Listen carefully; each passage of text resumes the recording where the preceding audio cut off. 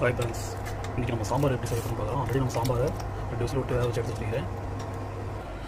அவரைக்காய், உருளைக்கிழங்கு, கேரட்டு, வெங்காயம், தக்காளி, கொட்டுண்டு, கடுகு, சீரகம், 5 மிளகு.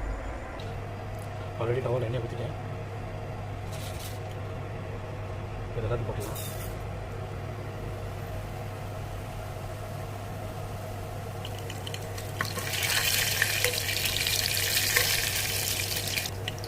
ஒரு கைக்கு அளவுக்கு வெங்காயம்,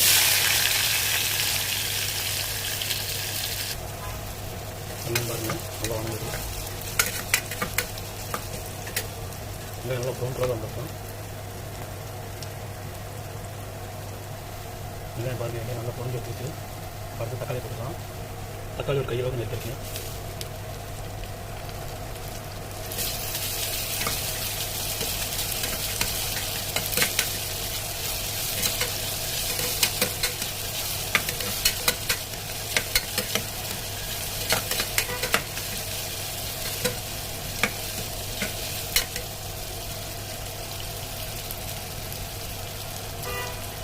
தக்காளி நல்லா வணங்கிடுங்க.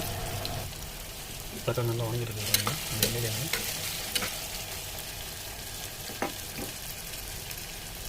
ஆல்ரெடி குக்கரில் நான் 2 விசில் விட்டு வேக வச்சு எடுத்த பருப்பு, மஞ்சள் பொடி, காஷ்மீர் மிளகா பொடி 1 ஸ்பூனு, சாம்பார் பொடி, சக்தி சாம்பார் பொடி 2 ஸ்பூனு, வேறு எந்த பொடியும் சார். தக்காளி நல்லா வணங்கி வைக்குங்க.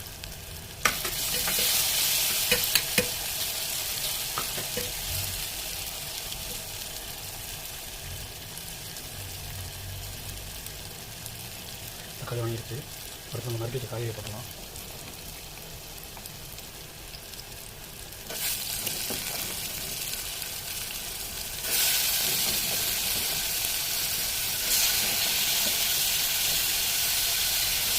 காய்கறி நல்லா நிறைய போட்டுக்கணும். அப்போ உடம்பு நல்லது. காய்கறி எவ்வளோ நிறைய கிடைக்கணும் அவ்வளோ நல்லது.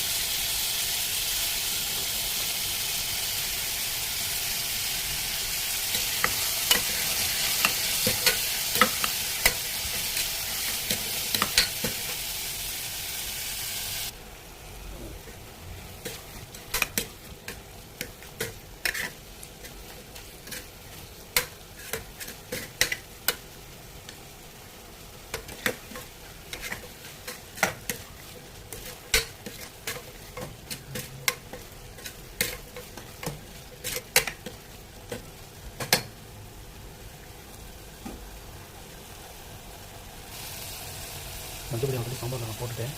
இருந்தாலும் காய்கறி கொஞ்சமாக போட்டு இதை கட்டிவிட்டுருங்க.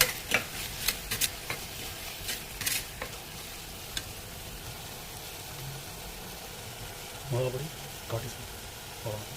நான் ஆல்ரெடி சாம்பாரில் போட்டு வேக வச்சிட்டேன்.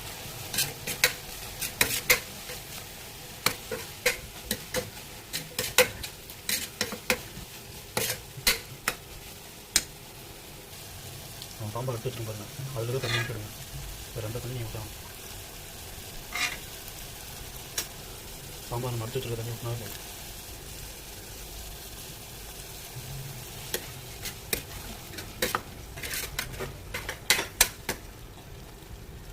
நல்லா பச்சை வாசனை போகிற காய் வேகட்டும்.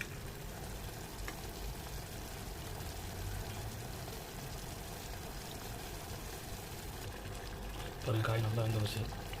இப்போது உப்பு ஒரு 1/4 டீஸ்பூன் போட்டுருக்கோம்.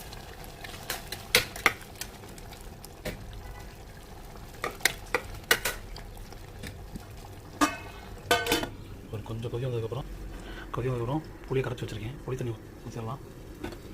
ஒரு கொதி வரட்டும். இப்போ ஓரளவுக்கு ஒரு பகுதி வேக்காடு வந்துருச்சு. புளி தண்ணி ஊற்றிடுவோம். புளி தண்ணி ஊற்றி இது ஒரு கொதி வரட்டும். ஒரே ஒரு கொதி மட்டும் வந்துட்டிங்கன்னா நம்ம அடித்து வச்ச பருப்பு எடுத்து அப்படியே ஊற்ற வேண்டியதான். நம்ம ஒரு கொதி வரட்டும்.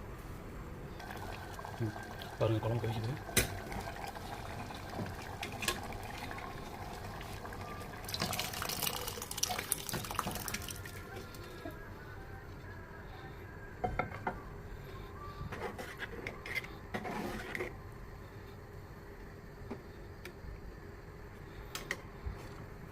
இப்போ இது கொதிக்கட்டும்.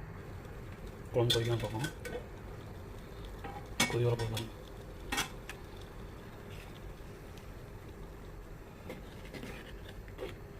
பாருங்கள் பருப்பெல்லாம் தெரிய வருங்க.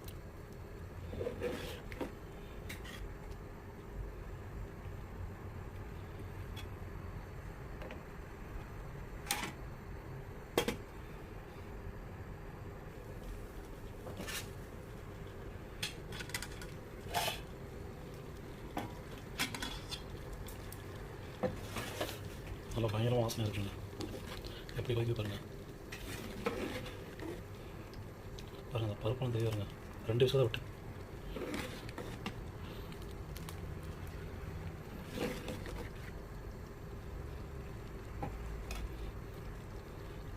நல்லா கொதிக்குங்க. ஃபைனல் டச்சாக மல்லியும் கருவேப்பிலையும் போட்டுடலாம்.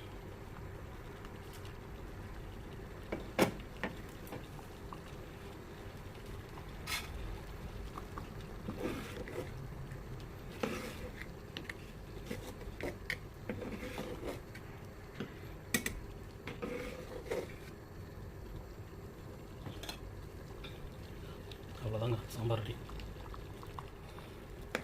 சாம்பார் பாருங்கள் நல்லா கொதிச்சு பரண்டு வந்துருச்சுங்க. அவ்வளோதாங்க ரெடி ஆயிடுச்சு.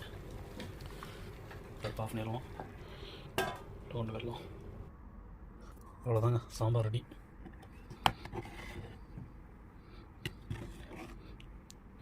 நல்லா பயங்கரமாக இருக்குங்க. பயங்கர வாசனையாக இருக்குது. இட்லி ரெடி ஆகிட்டு இருக்குது. சாம்பாருக்கு இட்லி வேறு லெவலில் இருக்கும். Okay bye. நாளைக்கு வீடியோவில் பார்ப்போம்.